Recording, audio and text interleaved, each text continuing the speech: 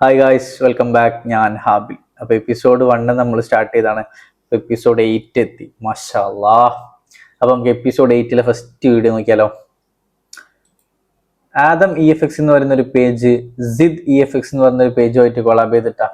ഇനി എത്രയൊക്കെ കഴിഞ്ഞു പോയാലും ആ ഒരാളോട് തോന്നിയത് മറ്റാരോടും തോന്നുകയില്ല.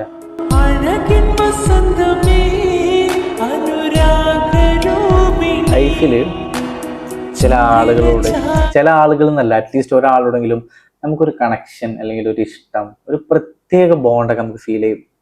ചില സാഹചര്യങ്ങൾ കൊണ്ട് നമ്മൾ ഒരുപാട് വീഡിയോയിൽ പറയുന്ന പോലെ ചില സിറ്റുവേഷൻസ് കൊണ്ട് ചിലപ്പോൾ അയാൾ നമുക്ക് കിട്ടിയെന്ന് വരില്ല. അങ്ങനെ ആ ഒരാൾ നമ്മളുടെ ലൈഫിൽ നിന്ന് പോയിട്ടുണ്ടാവും. അയാളെ ഏറ്റവും നല്ലൊരു ലെസൺ മാത്രമായിട്ട് നമ്മളെ ലൈഫിൽ ഇങ്ങനെ നിൽക്കുന്നുണ്ടാവും, ഒരു നല്ല ഓർമ്മ ആയിട്ട്. പക്ഷേ നമ്മൾ പിന്നീട് കുറെ കാലം കഴിഞ്ഞ് ചിലപ്പോൾ തിരിച്ചറിയുന്ന ഒരു കാര്യമുണ്ട്. ആ ഒരാളോട് തോന്നിയത് പോലെയുള്ള ഒരു കണക്ഷൻ അല്ലെങ്കിൽ ആ ഒരാളോട് തോന്നിയത് പോലെയുള്ള ഒരു ബോണ്ട് നമുക്ക് വേറെ ആരോടും തോന്നുന്നില്ല, അല്ലെങ്കിൽ ആ ഒരു ഇഷ്ടം അങ്ങനെ തോന്നുന്നു നമുക്ക് വേറെ ആളോട് ഫീൽ ചെയ്യുന്നില്ലല്ലോ എന്നൊക്കെ തോന്നും. പക്ഷേ ഇതിന്റെ മറ്റൊരു ബ്യൂട്ടിഫുൾ സൈഡ് എന്താ അറിയോ, അതിനേക്കാൾ ബ്യൂട്ടിഫുൾ ആയ ഒരു കണക്ഷൻ തോന്നുന്ന ഒരാൾ നമ്മുടെ ലൈഫിലേക്ക് കടന്നു വരും. അതിനേക്കാൾ മനോഹരമായിട്ട് നമുക്ക് കണക്ട് ചെയ്യാൻ പറ്റുന്ന, അതിനേക്കാൾ അടിപൊളി ഒരു ബോണ്ട് തരുന്ന ഒരാൾ തീർച്ചയായും നമ്മുടെ ലൈഫിലേക്ക് വരും. പഠിച്ചോ നമുക്ക് കൊണ്ടുതരും. സംഭവിക്കുക ലൈൻസ് അടിപൊളിയാട്ടോ, നല്ല ലൈൻസ് ആണ്, നല്ല റൈറ്റിങ്സ് ആണ്.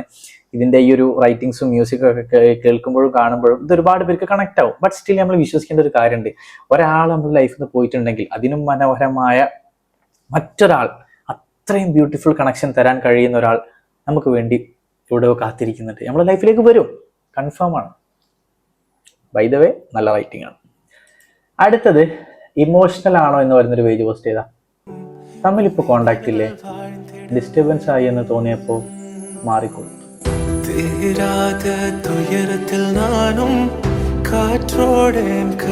കുറേ ആളുകൾക്ക് കണക്ട് ചെയ്യാൻ പറ്റുന്ന, പെട്ടെന്ന് റിലേറ്റ് ചെയ്യാൻ പറ്റുന്ന ഒരു കാര്യമാണ്. അതായത് ഒരാളോട് ചോദിക്കുന്ന പോലെ തമ്മിലിപ്പോൾ കോണ്ടാക്ട് ഒന്നുമില്ലേ, ഡിസ്റ്റർബൻസ് ആയി എന്ന് തോന്നിയപ്പോൾ മാറിക്കൊടുത്തു. അതാണ് ലൈഫിൽ ചില ആളുകളുമായിട്ടുള്ള കണക്ഷനൊക്കെ നമ്മൾ നിർത്തുമ്പോൾ കുറെ ആളുകൾ നമ്മളോട് ചോദിക്കും. ഈ ചോദ്യം നമുക്ക് വരാനുള്ള കാരണം എന്താ അറിയോ, ആ ആളുകളൊക്കെ നമ്മൾ തമ്മിലുള്ള ഒരു കണക്ഷൻ കണ്ടിട്ടുണ്ടാവും.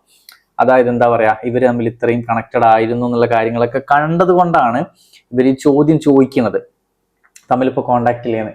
അങ്ങനെ ചോദിക്കുമ്പോൾ തമ്മിലിപ്പോൾ കോണ്ടാക്ട് ഇല്ലാത്തത് നമുക്കിങ്ങനെ എല്ലാ ഒറ്റടിക്ക് പറയുന്നതിനേക്കാൾ ഏറ്റവും ബ്യൂട്ടിഫുൾ ആയി പറയാൻ പറ്റുന്ന ഒരു കാര്യമാണ്, ഡിസ്റ്റർബൻസ് ആയി എന്ന് തോന്നിയ മാറിക്കൊടുത്തു. റിലേറ്റ് ചെയ്യാൻ പറ്റുന്ന ഒരുപാട് ആളുകൾ ഉണ്ടാവും, കൺഫേം ആണ്. അടുത്തത് ഇരുട്ട് എഴുത്തുകൾ എന്ന് പറയുന്നൊരു പേജ് പോസ്റ്റ് ചെയ്താ. ആരിൽ നിന്നും ഒന്നും പ്രതീക്ഷിക്കരുത്, ആ പ്രതീക്ഷയാണ് പലപ്പോഴും വേദനയായി തിരികെ വരുന്നത്. സത്യാട്ടോ, നമ്മളൊരാളിൽ നിന്ന് ഒന്നും എക്സ്പെക്ട് ചെയ്യരുത്. അയാൾ നമ്മളോട് ഇങ്ങനെ ബിഹേവ് ചെയ്യണം, അല്ലെങ്കിൽ നമ്മൾ നിൽക്കുന്ന രീതിക്ക് അയാൾ തിരിച്ച് നമ്മളോട് ഇങ്ങനെ നിൽക്കണം, നമ്മൾ പറയുന്ന കാര്യങ്ങൾക്ക് അയാൾ തിരിച്ച് ഇങ്ങനെ മറുപടി പറയണം, നമ്മൾ ഈ കാര്യം ചെയ്യുമ്പോൾ അയാൾ തിരിച്ച് ഈ കാര്യം ചെയ്യണം. ഇങ്ങനെ ഒരുപാട് എക്സ്പെക്ടേഷൻ. അതായത് ഒരാൾ നമ്മളോട് തിരിച്ച്, അല്ലെങ്കിൽ ഒരാൾ നമ്മളോട് നിൽക്കുന്ന കാര്യങ്ങളിൽ നമ്മൾ ഒരുപാട് പ്രതീക്ഷകൾ വെക്കുന്ന സമയത്താണ് നമുക്ക് വേദന വരുന്നത്. ഈ വേദന വരെ എപ്പോഴാന്ന് വെച്ച് കഴിഞ്ഞാൽ, ഈ പ്രതീക്ഷിക്കുന്ന കാര്യങ്ങളായിട്ട് ഒരു ബന്ധമില്ലാത്ത കാര്യങ്ങളോ ചിലപ്പോൾ നടക്കാം, അല്ലെങ്കിൽ ഈ പ്രതീക്ഷിക്കുന്നതൊന്നും സംഭവിക്കുന്നത് വേറെ ഒന്നായിട്ട് വരുന്ന സമയത്താണ് നമുക്ക് ഈ വേദനകൾ വരിക. അപ്പൊ അതിൽ നല്ല എന്താ ചെയ്യുക, പ്രതീക്ഷിക്കാതിരിക്കുക. അതാണ് ഏറ്റവും നല്ല കാര്യം. അടുത്തത് നല്ല റൈറ്റിങ്സ് കേട്ടോ, ഇരുട്ടെഴുത്തുകൾ എന്ന് പറയുന്നൊരു പേജ് പോസ്റ്റ് ചെയ്ത്. അടുത്തത് ഇമോഷണൽ ആണോ എന്ന് പറയുന്നൊരു പേജ്, ഇതന്നെ നമ്മൾ നേരത്തെ വായിച്ചത് ഈ ഒരു പേജ് കേട്ടോ. അവര് തന്നെ വീണ്ടും പോസ്റ്റ് ചെയ്ത്. ഈഗോ ഒന്നുമല്ല, ഇനിയും വലിഞ്ഞു കയറി പോകണ്ട എന്നോർത്ത്. ചെറിയ ലൈൻസാണ്, വലിയ മീനിങ്സ് ആണ്. ഈഗോ ഒന്നുമല്ല, ഇനിയും വലിഞ്ഞു കയറി പോകണ്ട എന്നോർത്തു. ചിലർ പറയല്ലോ, എന്താ പറയാ, ഓരമ്മിൽ ഇപ്പൊ കണക്ഷൻ ഒന്നുമില്ല, അതായത് രണ്ടാൾക്ക് ഈഗോ ഉണ്ട്, അല്ലെങ്കിൽ ഇവൻക്ക് ഈഗോ ആണ്, അല്ലെങ്കിൽ അവൾക്ക് ഈഗോ ആണെന്നൊക്കെ. പക്ഷെ അവരുടെ പെർസ്പെക്റ്റീവ് നിന്ന് ചിന്തിക്കുമ്പോൾ ചിലപ്പോൾ അവർ ചിന്തിക്കുന്ന എത്ര ഉണ്ടാവും, ആരെങ്കിലും ഒരാളുടെ ഭാഗത്തു നിന്നാവും ചിലപ്പോൾ എന്തെങ്കിലും ഒരു മിസ്മാച്ചിങ് വന്നിട്ടുണ്ടാവും. മേ ബി രണ്ടുപേരുടെ ഉണ്ടാവും. പക്ഷെ ആരുടെങ്കിലും ഒരാളുടെ ഭാഗത്തു നിന്ന് വന്നതാണെങ്കിൽ ഇപ്പുറത്ത് നിൽക്കുന്ന ആളുകൾക്ക് പറയാനുണ്ടാവും എപ്പോഴും ഈ ഒരു കാര്യം, ഈഗോ ഒന്നുമല്ല, നീയും വലിഞ്ഞു കയറി പോകണ്ട എന്ന് വിചാരിച്ചു എന്നോർത്തു. വെറുതെ എന്താ പറയാ, നമുക്ക് സ്പേസ് ഇല്ലാത്തൊരു സ്ഥലത്ത് ഇടിച്ചു കയറി പോകുന്നതിനേക്കാൾ നല്ലത് പോകാതിരിക്കുന്നതല്ലേ. കണക്ട് ചെയ്യാൻ പറ്റുന്ന ലൈൻസ് ആണ്. അടുത്തത് പീസേഡ്സ് എന്ന് പറയുന്ന ഒരു പേജ് പോസ്റ്റ് ചെയ്താ. You are the best unplanned thing happened in my life. എൻ്റെ മോനെ അത് കൊണ്ടുപോയിട്ട് പഠിച്ചോ. നമുക്ക് അറ്റ്ലീസ്റ്റ് ഒരാളെങ്കിലും കാണിച്ചു തരും. ആ ഒരാളെ കാണിച്ചതിന് സമയത്ത് ലൈക്ക് അയാളുമായിട്ട് കണക്ട് ആയി കഴിഞ്ഞാൽ ഒരു പോയിന്റിൽ നിന്ന് നമ്മളെ മനസ്സിൽ ഇങ്ങനെ പറയും, എൻ്റെ ജീവിതത്തിൽ അൺപ്ലാൻഡായി സംഭവിച്ചതിൽ ഏറ്റവും നല്ലൊരു കാര്യം നീയാണ്. കാരണം ചിലപ്പോൾ അയാൾ നമ്മൾ മീറ്റ് ചെയ്തത് വളരെ യാദൃശ്ചികമായിട്ടാവും. ഒരു എന്താ പറയുക, ഒരു പ്രത്യേക സാഹചര്യങ്ങളിൽ ചിലപ്പോൾ ഒട്ടും പ്രതീക്ഷിക്കാതെ കണ്ടുമുട്ടിയ ആളാവും. പക്ഷെ ആ ഒരാളാവും നമ്മളെ ലൈഫിൽ നടന്ന ഏറ്റവും നല്ലൊരു കാര്യമായിട്ട് പിന്നീട് നമുക്ക് തോന്നുക. ഇൻഷാ അല്ലാഹ് അങ്ങനെ ഒരാളെ ഞാനും നിങ്ങളും എല്ലാവരും ലൈഫിൽ കണ്ടുമുട്ടട്ടെ. അത് ഭയങ്കര ഒരു ഭാഗ്യം കേട്ടോ ആക്ച്വലി, അങ്ങനത്തെ ഒരാളെ കണ്ടുമുട്ടുക എന്നൊക്കെ പറയുന്നത്. അടുത്തത് ഹീലിംഗ് ഗൈഡ് ആൻഡ് മാസ്റ്റർ തൈസെൽഫ് എന്ന് പറയുന്നൊരു പേജ് പോസ്റ്റ് ചെയ്ത കേട്ടോ. Life is in easy when you have an over thinking mind with a sensitive heart. എൻ്റെ മോനെ, എനിക്ക് തോന്നണേ ഇതിപ്പം എൻ്റെ ചില ഫ്രണ്ട്സിന് വളരെയധികം റിലേറ്റ് ചെയ്യാൻ പറ്റും. എൻ്റെ വളരെ ക്ലോസ് ഫ്രണ്ട്, ആ ആളിപ്പോൾ അടുത്തുകൂടെ എന്നോട് പറഞ്ഞിട്ടുള്ളൂ, എനിക്ക് ഭയങ്കര ഓവർ തിങ്കിങ് ഉണ്ട്, ഞാൻ ഭയങ്കര സെൻസിറ്റീവാണ്, എനിക്ക് ഭയങ്കര പ്രശ്നമാവുന്നുണ്ട് ഈ ഓവർ തിങ്കിങ് ഒക്കെ. അപ്പം അതിനെക്കുറിച്ച് നമ്മളിപ്പോൾ അടുത്ത് സംസാരിച്ചിട്ടേ ഉള്ളൂ. അപ്പോൾ ഞാൻ കാണുന്നുണ്ട് ആളുടെ ഒരു ലൈഫ് ഇപ്പോൾ പോകുന്ന ആ ഒരു സ്റ്റേജും ആൾ പറയുന്ന കാര്യങ്ങളിൽ ആൾ എത്രത്തോളം ഡിസ്റ്റർബ്ഡ് ആണെന്നൊക്കെ എനിക്ക് അത്രയും പ്രോപ്പറായിട്ട് അറിയാം. അപ്പോൾ ആ ഒരാൾക്കും ലൈക്ക് അതുപോലുള്ള ഒരുപാട് ആളുകൾക്കും പെട്ടെന്ന് റിലേറ്റ് ചെയ്യാൻ പറ്റുന്ന ഒരു കാര്യമാണ്. ഓവർ തിങ്കിങ് മൈൻഡുള്ള ഒരാൾക്കും സെൻസിറ്റീവ് ഹാർട്ടുള്ള ഒരാൾക്കും ലൈഫ് ഈസി അല്ല എന്നുള്ളത് സത്യമാണ്. കാരണം അവരൊരു ലൈക്ക് എന്താ പറയാ, അവര് തന്നെ സ്വയം അവരുടെ കുഴി തോണ്ടെന്ന് പറഞ്ഞ പോലെ തന്നെ ഒരു കാര്യത്തിന്മേൽ ഒരു 10,000 കാര്യങ്ങളാണ് വീണ്ടും ആലോചിക്കുന്നത്. മേ ബി അതൊന്നും ഒരു ബന്ധമില്ലാത്ത കാര്യങ്ങളാവും, പക്ഷെ അവരതിൽ കൺട്രോൾ ഇല്ലാണ്ട് ആലോചിച്ച് പോവുകയാണ്. എന്നിട്ട് അവർ തന്നെ അവരുടെ സമാധാനം ഇല്ലാണ്ടാക്കണം. സത്യമാട്ടോ, അങ്ങനെയുള്ള ആളുകളുടെ ലൈഫ് എന്ന് പറയുന്നത് അത്ര ഈസി ആവില്ല. ലൈക്ക് ഓരോ ദിവസം കഴിയും തോറും അവർക്ക് കൂടുതൽ പ്രശ്നങ്ങൾ ഉണ്ടാവുക ചെയ്യാം. അടുത്തത് മോട്ടീവ് വൈബ്സ് എന്ന് പറയുന്നൊരു പേജ് പോസ്റ്റ് ചെയ്താ. Some people are always important with or without conversation. സത്യം, എൻ്റെ ലൈഫിൽ അങ്ങനത്തെ കുറച്ച് ആൾക്കാരുണ്ട്. അതായത് നമ്മൾ ഡെയിലി ചാറ്റിങ്ങോ ഡെയിലി കോളിങ്ങോ കാര്യങ്ങളൊന്നുമില്ല, ഡെയിലി കോൺവെർസേഷൻ ഇല്ലെങ്കിൽ പോലും അവരൊക്കെ എൻ്റെ ലൈഫിൽ ഒരു പ്രത്യേക സ്ഥാനം ഉള്ള ആളുകളാണ്. അത് എനിക്കറിയാം. ലൈക്ക് ഞാൻ പൊതുവെ ലൈക്ക് ഞാൻ അങ്ങനെ ഒരു ചാറ്റിംഗ് പേഴ്സണോ കോളിംഗ് പേഴ്സണോ ഒന്നുമല്ല. ബട്ട് സ്റ്റിൽ എൻ്റെ ലൈഫിൽ കുറച്ച് ആൾക്കാരുണ്ട്, വളരെ വളരെ കുറച്ച് ആൾക്കാർ, വിരലിൽ എണ്ണാൻ പറ്റുന്ന വളരെ കുറച്ച് ആളുകൾ. ഞാൻ അവരായിട്ടും ഈ ഡെയിലി ചാറ്റിങ്ങോ ഡെയിലി കോൺവെർസേഷനോ കാര്യങ്ങളോ ഒന്നുമില്ല. But still I can assure that അവരൊക്കെ എൻ്റെ ലൈഫിലെ ഇമ്പോർട്ടൻറ്റ് പേഴ്സൺസാണ്. ഞാൻ അവരായിട്ടുള്ള ഒരു കണക്ട് ചെയ്ത സമയത്ത് എൻ്റെ മനസ്സിൽ ഞാൻ അവർക്ക് കൊടുത്തൊരു സ്ഥാനമുണ്ട്. ഇന്നും ഞാൻ അവരുമായിട്ട് ഡെയിലി ഈ കണക്ഷൻ ഒന്നും ഡെയിലി കോൺവെർസേഷൻ ഒന്നും ഇല്ലെങ്കിൽ പോലും എൻ്റെ മനസ്സിൽ ഇപ്പോഴും ആ ആളുകൾക്ക് അതേ സ്ഥാനമുണ്ട്, അതിലൊരു മാറ്റവുമില്ല. അതെനിക്ക് കൺഫേമാണ്. കാരണം നമുക്കറിയാമല്ലോ നമ്മളെ മനസ്സിൽ നമ്മൾ കൊടുക്കുന്ന സ്ഥാനമൊക്കെ. അതിൽ ഞാൻ ഉറപ്പിച്ച് പറയുന്നു, എൻ്റെ മനസ്സിൽ അന്ന് ഞാൻ കൊടുത്ത ആ ഒരു സ്ഥാനം ആ ആളുകൾക്ക് ഞാൻ ഇന്നും കൊടുക്കുന്നില്ല. അങ്ങനെയുള്ള ആളുകൾ എൻ്റെ ലൈഫിലുണ്ട്. നിങ്ങളുടെ ലൈഫിലുണ്ടോ? അടുത്തത് തുമ്പി റൈറ്റിങ്സ് എന്ന് പറയുന്നൊരു പേജ് പോസ്റ്റ് ചെയ്താ. ആഗ്രഹിക്കുന്നവർക്ക് കിട്ടാത്തതും കിട്ടിയവർക്ക് വിലയില്ലാത്തതുമായ ഒന്നാണ് സ്നേഹം.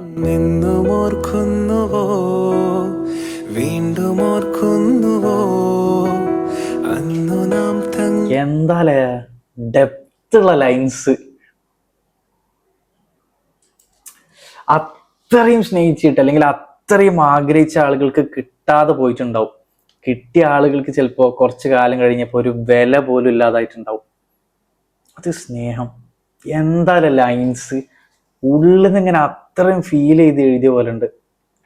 ശരിയല്ലേ? നമ്മളൊരു പോയിന്റിന് ചിന്തിക്കുമ്പോൾ ഒരുപാട് ആഗ്രഹിച്ച ആളുകൾക്ക് മിസ്സായി പോയിട്ടുണ്ടാവും പല സ്നേഹങ്ങളും. അതുപോലെ തന്നെ അത്രയും ആഗ്രഹിച്ചിട്ട് കിട്ടിയിട്ട് കുറച്ച് കഴിയുമ്പോൾ വില ഇല്ലാതായിട്ടുണ്ടാവും. എന്തായാലും രണ്ട് സൈഡ്, ഒരേ കാര്യത്തിന് രണ്ട് സൈഡിൽ, ഒന്നിൽ ഭയങ്കര സന്തോഷം, ഒന്നിൽ ഭയങ്കര നഷ്ടവും. എഴുതാൻ പറ്റുന്ന ഒരു കഴിവ്. അടുത്തത് ലൈൻസ് ഓഫ് റൈറ്റിങ്സ് എന്ന് പറയുന്നൊരു പേജ് പോസ്റ്റ് ചെയ്താ. മനസ്സിനെ സമാധാനിപ്പിക്കുന്ന മറ്റൊരു മനസ്സ് കൂടെ ഉണ്ടെങ്കിൽ മാഞ്ഞു തുടങ്ങിയ പുഞ്ചിരി തെളിഞ്ഞു വരും. എന്റെ മോനെ, അത് കൊണ്ടുപോയിട്ട് നമ്മളെ പ്രശ്നങ്ങളുടെ സമയത്തും നമ്മളെ സങ്കടങ്ങളുടെ സമയത്തും പ്രയാസങ്ങളുടെ സമയത്തൊക്കെ നമ്മളെ മനസ്സറിഞ്ഞിട്ട് ആശ്വസിപ്പിക്കാനും നമ്മളൊന്ന് ടേക്ക് കെയർ ചെയ്യാനൊക്കെ ഒരാൾ കൂടെ ഉണ്ടെങ്കിൽ നമ്മളിങ്ങനെ ഇതിനെ എക്സ്പാൻഡ് ചെയ്ത് വരാണെന്നുണ്ടെങ്കിൽ, അതായത് ഇപ്പൊ ഞാൻ ഈ പറഞ്ഞ പോലത്തെ സിറ്റുവേഷൻ ഫേസ് ചെയ്യുന്ന ഒരാൾ, ആളുടെ ആ ഒരു സമയത്ത് ഇങ്ങനെ ഒരാൾ കൂടെ ഉണ്ടെങ്കിൽ അയാൾക്ക് മിസ്സായ ഒരു പുഞ്ചിരി ഉണ്ടാവും. അല്ലെങ്കിൽ അയാൾ ഒരു സങ്കടത്തിൽ നിൽക്കുന്ന സമയത്ത് ഈ ഒരാൾ കാരണം ചിലപ്പോൾ മാഞ്ഞു പോയ അല്ലെങ്കിൽ മറന്നു പോയ ആ ഒരു പുഞ്ചിരി ഇങ്ങനെ പതുക്കെ പതുക്കെ തെളിഞ്ഞു വരും. അത് അങ്ങനെയുള്ള ആളുകളെ ലൈഫിൽ കിട്ടുക എന്ന് പറയുന്നത് ആക്ച്വലി അതൊരു ബ്ലെസ്സിങ് ആണ് കേട്ടോ. നല്ല ലൈൻസ് എനിക്ക് ഭയങ്കര ഇഷ്ടപ്പെട്ടത്. അടുത്തത് നിറങ്ങളുടെ ലോകം എന്ന് പറയുന്നൊരു പേജ് പോസ്റ്റ് ചെയ്ത. ഒറ്റപ്പെടൽ ഒരു വലിയ ലോകമാണ്. അവിടെ ആരും നിങ്ങളെ ശല്യം ചെയ്യില്ല. നിങ്ങൾക്ക് നിങ്ങളോട് തന്നെ സംസാരിക്കാം, കരയാം, ചിരിക്കാം. വൈക്കം മുഹമ്മദ് ബഷീർ, നിറങ്ങളുടെ ലോകം. എൻ്റെ ഒരു കേസിൽ എനിക്ക് ഏറ്റവും കൂടുതൽ ഇഷ്ടം ഒറ്റയ്ക്ക് ഇരിക്കാനും ഒറ്റയ്ക്ക് ട്രാവൽ ചെയ്യാനൊക്കെ. കാരണം ഞാൻ ഇതിൽ പറഞ്ഞ എല്ലാ കാര്യങ്ങളും ഞാൻ എൻ്റെ ലൈഫിൽ ചെയ്യലുണ്ട്. അതായത് ഞാൻ ഒറ്റയ്ക്ക് ഇരിക്കുമ്പോൾ ഞാൻ നല്ലോണം എന്നോട് സംസാരിക്കും. ഞാൻ ഒറ്റയ്ക്ക് ഇരിക്കുമ്പോൾ കരയലുണ്ട്, ഒറ്റയ്ക്ക് ഇരിക്കുമ്പോൾ ചിരിക്കലൊക്കെ ഉണ്ട്. ഇതൊന്നും എനിക്കൊരു പ്രശ്നമായിട്ട് അല്ലെങ്കിൽ ഇതൊന്നും ഒരു കുറവായിട്ടോ നാണക്കേടായിട്ടോ എനിക്ക് ഫീൽ ചെയ്തിട്ടില്ല പേഴ്സണലി. എന്നോട് ഒരാൾ അങ്ങനെ അതിനെക്കുറിച്ച് ഇതൊരു മോശമായ കാര്യമാണെന്ന് പറയുകയാണെങ്കിൽ എനിക്ക് അയാളോട് തിരിച്ച് തർക്കിക്കേണ്ട ആവശ്യം പോലില്ല. ബിക്കോസ് ഇതിന്റെ ടേസ്റ്റ് ഞാൻ അറിഞ്ഞതാണ്. അയാൾ ഈ ടേസ്റ്റ് അറിയാത്ത അത്രയും കാലം ചിലപ്പോൾ അയാൾക്ക് ഇതിനെക്കുറിച്ച് കൂടുതൽ കാര്യങ്ങൾക്കും ഒരറിവുണ്ടാവില്ല. അപ്പൊ അയാൾക്ക് 100 കുറ്റങ്ങൾ പറയാനുണ്ടാവും, 100 കുറവുകൾ പറയാനൊക്കെ ഉണ്ടാവും. പക്ഷെ എന്നെ സംബന്ധിച്ച് ഞാൻ ഇതിന്റെ ടേസ്റ്റ് അറിഞ്ഞതാണ്. ഇതിന്റെ ഒരു ഈ ഒറ്റപ്പെടലിന്റെ സമയത്ത് നമ്മൾ ചിന്തിക്കുക, നമ്മൾ സംസാരിക്കുക, അല്ലെങ്കിൽ നമ്മൾ ചിരിക്കുക, നമ്മൾ അത്രയും നമ്മളെ കുറിച്ച് സ്വയം മനസ്സിലാക്കുന്ന ഒരു ടൈമാണ് ഈ ഒറ്റപ്പെടൽ എന്ന് പറയുന്നത്. സോ അതിൽ ഞാൻ ഹാപ്പിയാണ്. അതൊരു വലിയ ലോകം തന്നെയാണ് ആക്ച്വലി, ഒരു അവസാനമില്ലാത്ത ലോകം എന്നൊക്കെ പറഞ്ഞ പോലെ. കാരണം നമ്മൾ ആരും ഡിസ്റ്റർബ് ചെയ്യാനില്ല. നമുക്ക് ചിന്തിക്കുക, നമുക്ക് സംസാരിക്കാം. നമുക്ക് എന്തൊക്കെ സംസാരിക്കാന്നറിയോ? ഒരാളോട് പോലും ഷെയർ ചെയ്യാത്ത കാര്യങ്ങൾ നമ്മൾ തന്നെ 2 ആളുകൾ എന്ന രൂപത്തിൽ നമുക്ക് സംസാരിക്കുക, ചോദ്യങ്ങൾ ചോദിച്ച് ഉത്തരം പറയാം. ഞാൻ അങ്ങനെയൊക്കെ സംസാരിക്കലുണ്ട്. I feel very proud for that. അടുത്തത് അജുമൽ 3900 എന്ന് പറയുന്നൊരു പേജ് പോസ്റ്റ് ചെയ്താ. അയാൾ എന്തുകൊണ്ടാണ് നിനക്ക് ഇത്രയും പ്രിയപ്പെട്ടതായത്? അയാളുടെ ഓരോ ദിവസത്തിലെയും ഇത്തിരി സമയമെങ്കിലും എനിക്കായി മാത്രം അയാൾ മാറ്റിവെക്കാറുണ്ട്.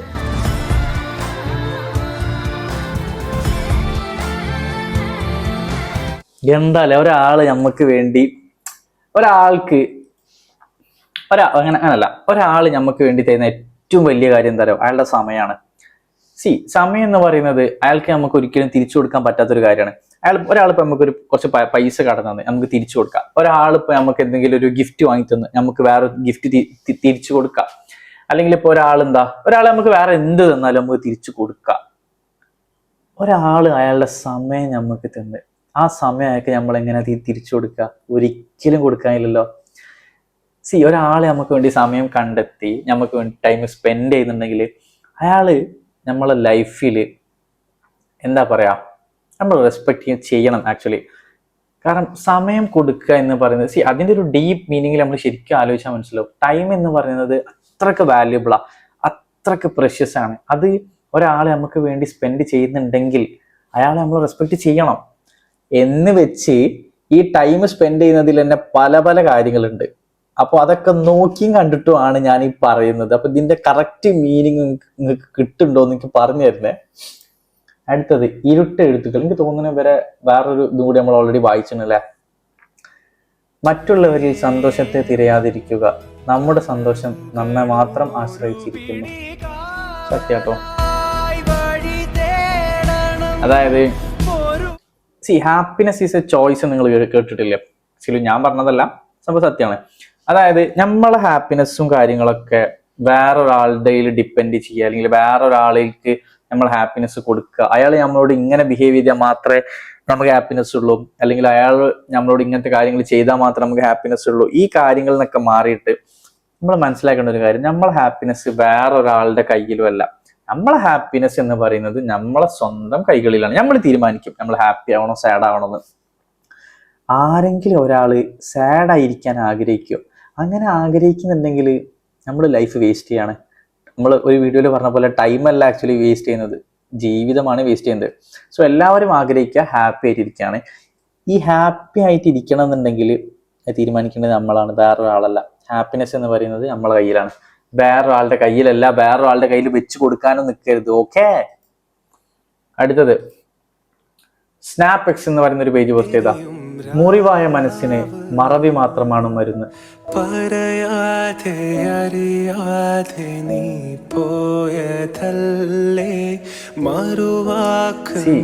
ആക്ച്വലി ഞാൻ ഒരു വീഡിയോ ഓൾറെഡി ഈ ഒരു ടോപ്പിക് വെച്ച് ചെയ്തിട്ടുണ്ട്. മറക്കാൻ കഴിയുക എന്ന് പറയുന്നത് ഒരു ഭാഗ്യമാണ്, വലിയൊരു ഭാഗ്യമാണ് ഒരാൾക്ക്. മറവി എന്ന് പറയുന്നത് സത്യം പറഞ്ഞാൽ ഒരു ബ്ലെസ്സിങ് ആണ്. നമ്മളെ ലൈഫിൽ എന്തൊക്കെ കാര്യങ്ങൾ സംഭവിക്കുന്നുണ്ട്, എത്രയൊക്കെ പ്രയാസങ്ങളുണ്ട്, ബുദ്ധിമുട്ടുകൾ, പ്രശ്നങ്ങൾ എന്തൊക്കെ സംഭവിക്കുന്നുണ്ട്. നമുക്ക് ഈ മറക്കാനുള്ള ഒരു കഴിവ് പടച്ചോൻ തന്നിട്ടില്ലെങ്കിൽ ഇതൊന്നും നമ്മളെ ലൈഫ് നമ്മൾ ഓർമ്മയൊന്നും പോണില്ലല്ലോ. പിന്നെയും നമ്മൾ ഇത് ആലോചിച്ചിട്ട് നമ്മൾ എത്ര പ്രശ്നത്തിലേക്ക് വീണ്ടും പോകും, എത്ര സങ്കടത്തിലേക്ക് പോകും. നമ്മളെ മനസ്സിനൊരു മുറിവ് പറ്റിയിട്ടുണ്ടെങ്കിൽ അതിനുള്ള ഏറ്റവും നല്ല മരുന്ന് എന്ന് പറയുന്നത് സത്യമായിട്ടും മറവി തന്നെയാണ്. ആ മറവി നമുക്ക് പടച്ചോൻ തന്നിട്ടുണ്ട്. നമ്മൾ എന്തൊക്കെ കാര്യങ്ങൾ മറന്ന് ഇപ്പൊ നമ്മളെല്ലാവരും ഇപ്പൊ ഈ വീഡിയോ കാണുന്ന നിങ്ങളും ഞാനടക്കം ലൈഫിൽ ഇപ്പൊ എത്തി നിൽക്കുന്ന ഒരു പോയിന്റ്, ഈ ഒരു പോയിന്റിന്റെ മുൻപ് നമ്മുടെ ലൈഫിൽ എന്തൊക്കെ സംഭവിച്ചു, എന്തൊക്കെ കാര്യങ്ങൾ നടന്ന്, ഇതിൽ എത്ര കാര്യങ്ങൾ നമ്മൾ മറന്ന്, അത്രയും ലൈഫിനെ വേദനിപ്പിച്ച് അല്ലെങ്കിൽ ലൈഫിനെ അത്രയും നെഗറ്റീവായിട്ട് ബാധിച്ച ഒരുപാട് കാര്യങ്ങൾ നമ്മൾ സത്യം പറഞ്ഞാൽ മറന്നു കഴിഞ്ഞിട്ടുണ്ട്. നമ്മൾ ഓർത്തെടുക്കാൻ നോക്കിയാൽ പോലെ നമുക്ക് പല കാര്യങ്ങളൊന്നും ഓർത്തെടുക്കാൻ കഴിയില്ല. കാരണം നമ്മളെ ലൈഫ് നമ്മളെ ചിന്തകളിൽ നിന്നും ഓർമ്മകളിൽ നിന്നും കംപ്ലീറ്റ് ആയിട്ട് അത് മാഞ്ഞു പോയിട്ടുണ്ട്. അതൊരു അനുഗ്രഹമല്ലേ? അതൊക്കെ നമുക്ക് ഇപ്പോഴും ഓർമ്മ ഉണ്ടെങ്കിൽ നമ്മൾ ഇപ്പോഴും എവിടെക്കോ സ്റ്റെക്കായി നിൽക്കൂലേ? ഇനി ഇതേപോലെ ഇപ്പൊ നമ്മൾ അനുഭവിക്കുന്ന പല കാര്യങ്ങളും വർഷങ്ങൾക്ക് ശേഷം നമ്മൾ മറന്നു പോകും. നമ്മുടെ ചിന്തകളിലും നമ്മുടെ ഓർമ്മകളിലും എവിടെയും ഇല്ലാതെ മാഞ്ഞു പോകും. സോ ഏറ്റവും നല്ല മരുന്നാണ് മറവി. ആൻഡ് മറവി എന്ന് പറയുന്നത് ഒരു ബ്ലെസ്സിങ് കൂടെയാണ്, അത് വലിയൊരു അനുഗ്രഹമാണ്. കൊള്ളാം. അന്നത്തെ റൈറ്റിങ്സ് ഒക്കെ ഉണ്ടല്ലോ, ഒരുപാട് മീനിങ് ഉള്ള റൈറ്റിങ്സ് ആയിട്ട് സത്യം പറഞ്ഞാല്. അടുത്തത്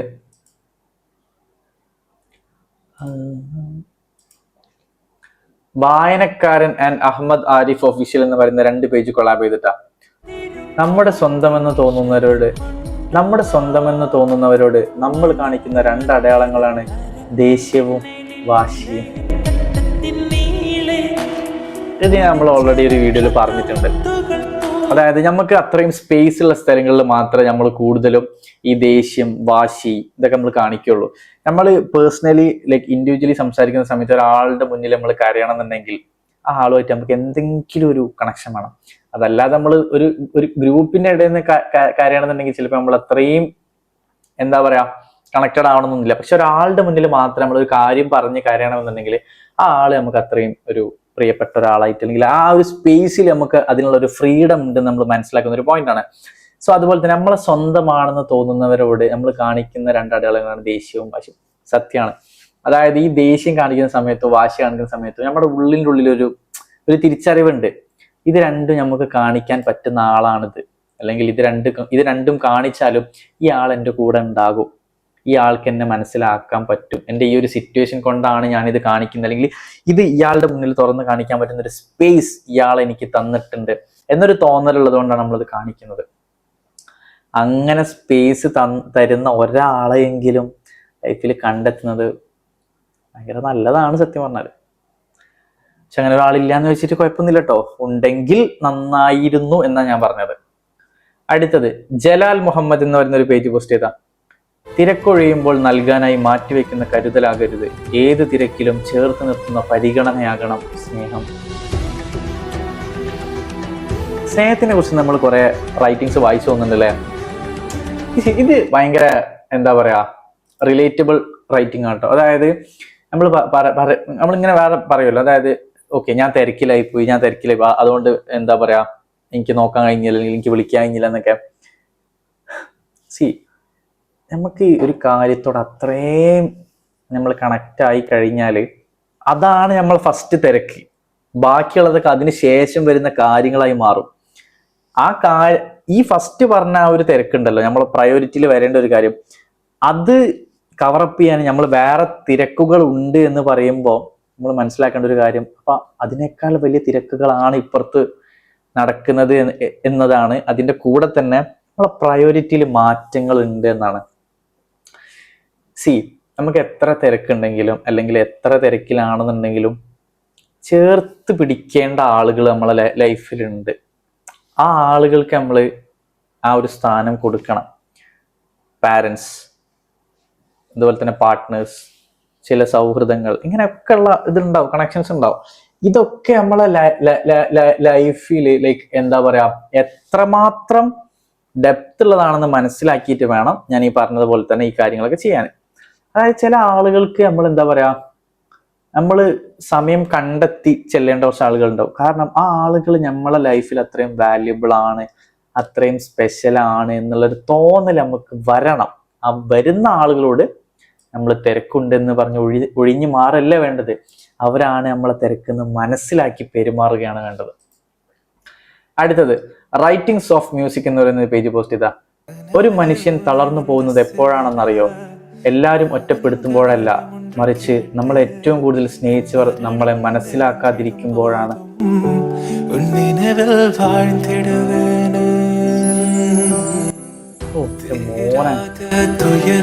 തളർന്നു പോലെ സത്യേറ്റു. നമുക്ക് ചുറ്റുമുള്ള എല്ലാവരും നമ്മളെ കുറ്റം പറഞ്ഞാലും ഒറ്റപ്പെടുത്തിയാലും ചിലപ്പോൾ കുറെ ആളുകൾക്കൊന്നും പ്രശ്നം വരില്ല. ഒരു ഗ്രൂപ്പിന്റെ ഇടയിൽ നിന്ന് നമുക്ക് ചുറ്റും നിൽക്കുന്ന എല്ലാവരും ചിലപ്പോൾ പലതും പറയും, നമുക്കൊരു കുഴപ്പം തോന്നില്ല. പക്ഷെ നമ്മൾ വാല്യൂ ചെയ്യുന്ന ഒരാള് ആ ഗ്രൂപ്പിന്റെ ഇടയിലുണ്ടെന്ന് വിചാരിക്കുക.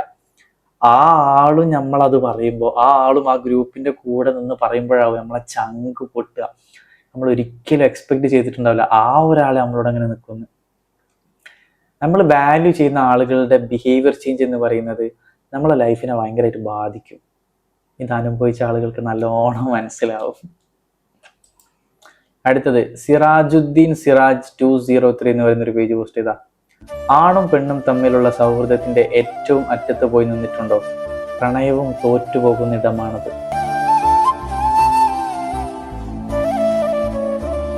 ഞാൻ പറയട്ടെ, എൻ്റെ ലൈഫിൽ ഏറ്റവും നല്ലത്, ഏറ്റവും നല്ല രീതിയിൽ നിൽക്കുന്ന കുറച്ച് നല്ല സുഹൃത്തുക്കളുണ്ട് എനിക്ക്. നല്ല ഫ്രണ്ട്സാണ്, ഗേൾസിൽ. ഇന്ന് വരെ എന്താ പറയാ ഒരു ടു ബി ഓണസ്റ്റ് പ്രണയത്തിന്റെ ഒരു പോയിന്റ് പോലും തോന്നാത്ത, അല്ലെങ്കിൽ അങ്ങനത്തെ ഒരു ചിന്ത പോലും വരാത്ത, എനിക്ക് അത്രയും ഉറപ്പിച്ച് പറയാൻ പറ്റും, അതിൻ്റെ ഒരു പോയിന്റ് ലെവലിൽ പോലും ഒരു അംശം വരാത്ത അത്രയും നല്ല സൗഹൃദം തന്ന കുറച്ച് ഫ്രണ്ട്സ് എനിക്കുണ്ട്. ആ ആളുകൾ ഞാനും തമ്മിലുള്ള ഒരു കണക്ഷനാണ് എനിക്ക് മനസ്സിലായത്, അല്ലെങ്കിൽ ഞാൻ റിയലൈസ് ചെയ്തത്. ഒരാണിനും പെണ്ണിനും നല്ല ഫ്രണ്ട്സായിട്ട് നിൽക്കാൻ പറ്റും. കാരണം ഇതൊരാൾ എന്നോട് പറയുമ്പോൾ, അല്ലെങ്കിൽ ഒരിക്കലും നിൽക്കാൻ പറ്റില്ല എന്നൊരാളിനോട് പറയുമ്പോൾ എനിക്ക് പറയാൻ പറ്റുന്നു, നിൽക്കാൻ പറ്റും. കാരണം ഞാൻ നിൽക്കുന്നുണ്ട്, ഞാൻ നിന്നിട്ടുണ്ട്. സോ എനിക്കൊരാളോട് അങ്ങനെ പറഞ്ഞു കൊടുക്കാൻ പറ്റും. പക്ഷെ അങ്ങനെയുള്ള ആളുകൾ നമ്മൾ കണ്ടുമുട്ടണം, അപ്പോഴേ നമുക്കത് മനസ്സിലാവുള്ളൂ. ഞാൻ കണ്ടുമുട്ടിയിട്ടുണ്ട് എൻ്റെ ലൈഫിൽ. എനിക്ക് അങ്ങനെയുള്ള ആളുകൾ വന്നിട്ടുണ്ട്, ആളുകളുണ്ട്, വന്നിട്ടുണ്ടെന്നല്ല, ഇപ്പോഴും എൻ്റെ ലൈഫിൽ അങ്ങനെയുള്ള ആളുകളുണ്ട്. അതെനിക്ക് ഉറപ്പാണ്. അത്രയും നല്ല ഫ്രണ്ട്സാണ് നമ്മള്, മാഷാ അല്ലാഹ്. അടുത്തത് എൻ്റെ സ്റ്റോറി എന്ന് പറയുന്ന ഒരു പേജ് പോസ്റ്റ് ചെയ്താ. ദൈവം എനിക്ക് ഓർത്തിരിക്കാൻ വേണ്ടി ഒരു മുഖവും പറയാനൊരു കഥയും തന്നു.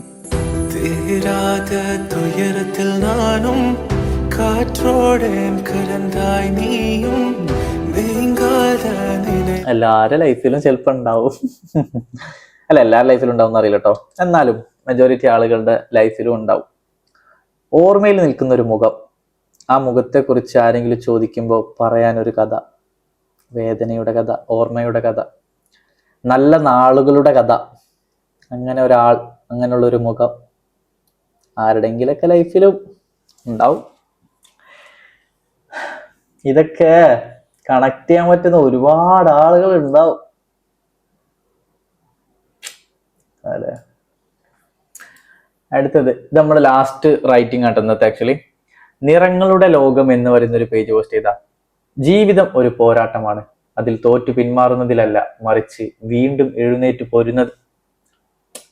അതിന്റെ ആ ഒരു ഫ്ലോ തെറ്റിപ്പോയി, ഒന്നുകൂടി വായിക്കാം. ജീവിതം ഒരു പോരാട്ടമാണ്, അതിൽ തോറ്റു പിന്മാറുന്നതിലല്ല, മറിച്ച് വീണ്ടും എഴുന്നേറ്റ് പൊരുതുന്നതിലാണ് വിജയം. കറക്റ്റ്. നിറങ്ങളുടെ ലോകം എന്ന് പറയുന്നൊരു പേജ് പോസ്റ്റ് ചെയ്ത, എനിക്ക് തോന്നുന്നത് നമ്മൾ ഇവരെ റൈറ്റിംഗ് ഇതിനു മുൻപ് വായിച്ചിട്ടുണ്ട്, പക്ഷെ ഇതെനിക്ക് ഭയങ്കരമായിട്ടും കൊണ്ടും. ആ ഒരു ലൈൻസ് ഉണ്ടല്ലേ, ജീവിതം ഒരു പോരാട്ടമാണ്, അതിൽ തോറ്റു പിന്മാറുന്നതിലല്ല, മറിച്ച് വീണ്ടും എഴുന്നേറ്റ് പൊരുതുന്നതിലാണ് വിജയം. മാൻ, ലൈഫിൽ പല പ്രശ്നങ്ങളും ഉണ്ടാവും, പല പോയിന്റിൽ നിന്ന് നമുക്ക് തകർന്ന് ഇങ്ങനെ പോവും നമ്മൾ. പക്ഷെ നമ്മൾ തളർന്നു പോകരുത്. കാരണം തകർന്നു പോയാലും നമുക്ക് വീണ്ടും ചാൻസ് ഉണ്ട്. ഇപ്പോൾ ഒരു ബിൽഡിങ് അത് പൊളിഞ്ഞു വീണ് തകർന്നു പോയി, ഓക്കെ, നമുക്കത് രണ്ടാമത് റീകൺസ്ട്രക്ട് ചെയ്യാൻ പറ്റും. തകർന്നു പോയതിനൊക്കെ നമുക്ക് റീബിൽഡ് ചെയ്യാൻ പറ്റും. പക്ഷേ നമ്മൾ തളർന്നു പോയി, ഫോർ എക്സാമ്പിൾ നമ്മളൊരു ബിൽഡിങ് ഇങ്ങനെ കെട്ടിപ്പൊക്കി, ആ ബിൽഡിങ് തകർന്നു പോയി, അതിൻ്റെ കൂടെ നമ്മളും തളർന്നു പോകണമെങ്കിലോ, ഇനി എനിക്കും കഴിയൂല, ഞാൻ ഇനി റീബിൽഡ് ചെയ്യൂല എന്ന് നമ്മളോട് തന്നെ പറഞ്ഞു കഴിഞ്ഞാൽ ഒരിക്കലും നമ്മളെ കൊണ്ടത് റീബിൽഡ് ചെയ്യാൻ പറ്റില്ലല്ലോ, നമ്മളത് റീകൺസ്ട്രക്ട് ചെയ്യാൻ ശ്രമിക്കുക പോലില്ല. സോ തകർന്നു പോയാൽ നമ്മൾ മനസ്സിലാക്കേണ്ട ഒരു കാര്യമുണ്ട്, നമ്മൾ തളർന്നു പോകരുത്. ലൈഫ് എന്ന് പറയുന്നത് അതൊരു പോരാട്ടം തന്നെയാണ്. അതിൽ ജയം, തോൽവി, പരിഹാസങ്ങള്, കളിയാക്കലുകള്, കുറ്റപ്പെടുത്തലുകള് ഇതെല്ലാം ഉണ്ടാവും. പക്ഷെ നമ്മൾ ഈ എത്രത്തോളം ഓരോരുത്തരെ നമ്മളിങ്ങനെ വീഴ്ത്തിയിടുന്നു, അല്ലെങ്കിൽ നമ്മൾ എത്ര സ്ഥലത്ത് ഇങ്ങനെ മുട്ടുകുത്തി വീണ് പോകുന്നോ അവിടുന്നൊക്കെ നമ്മൾ എഴുന്നേക്കണം. നമ്മളെ പിടിച്ചെഴുന്നേൽപ്പിക്കാൻ ചിലപ്പോൾ എല്ലാ സ്ഥലത്തും എല്ലാ ആളുകളൊന്നും ഉണ്ടാവില്ല. ചില സമയത്ത് നമ്മൾ സ്വയം എഴുന്നേറ്റേ പറ്റൂ.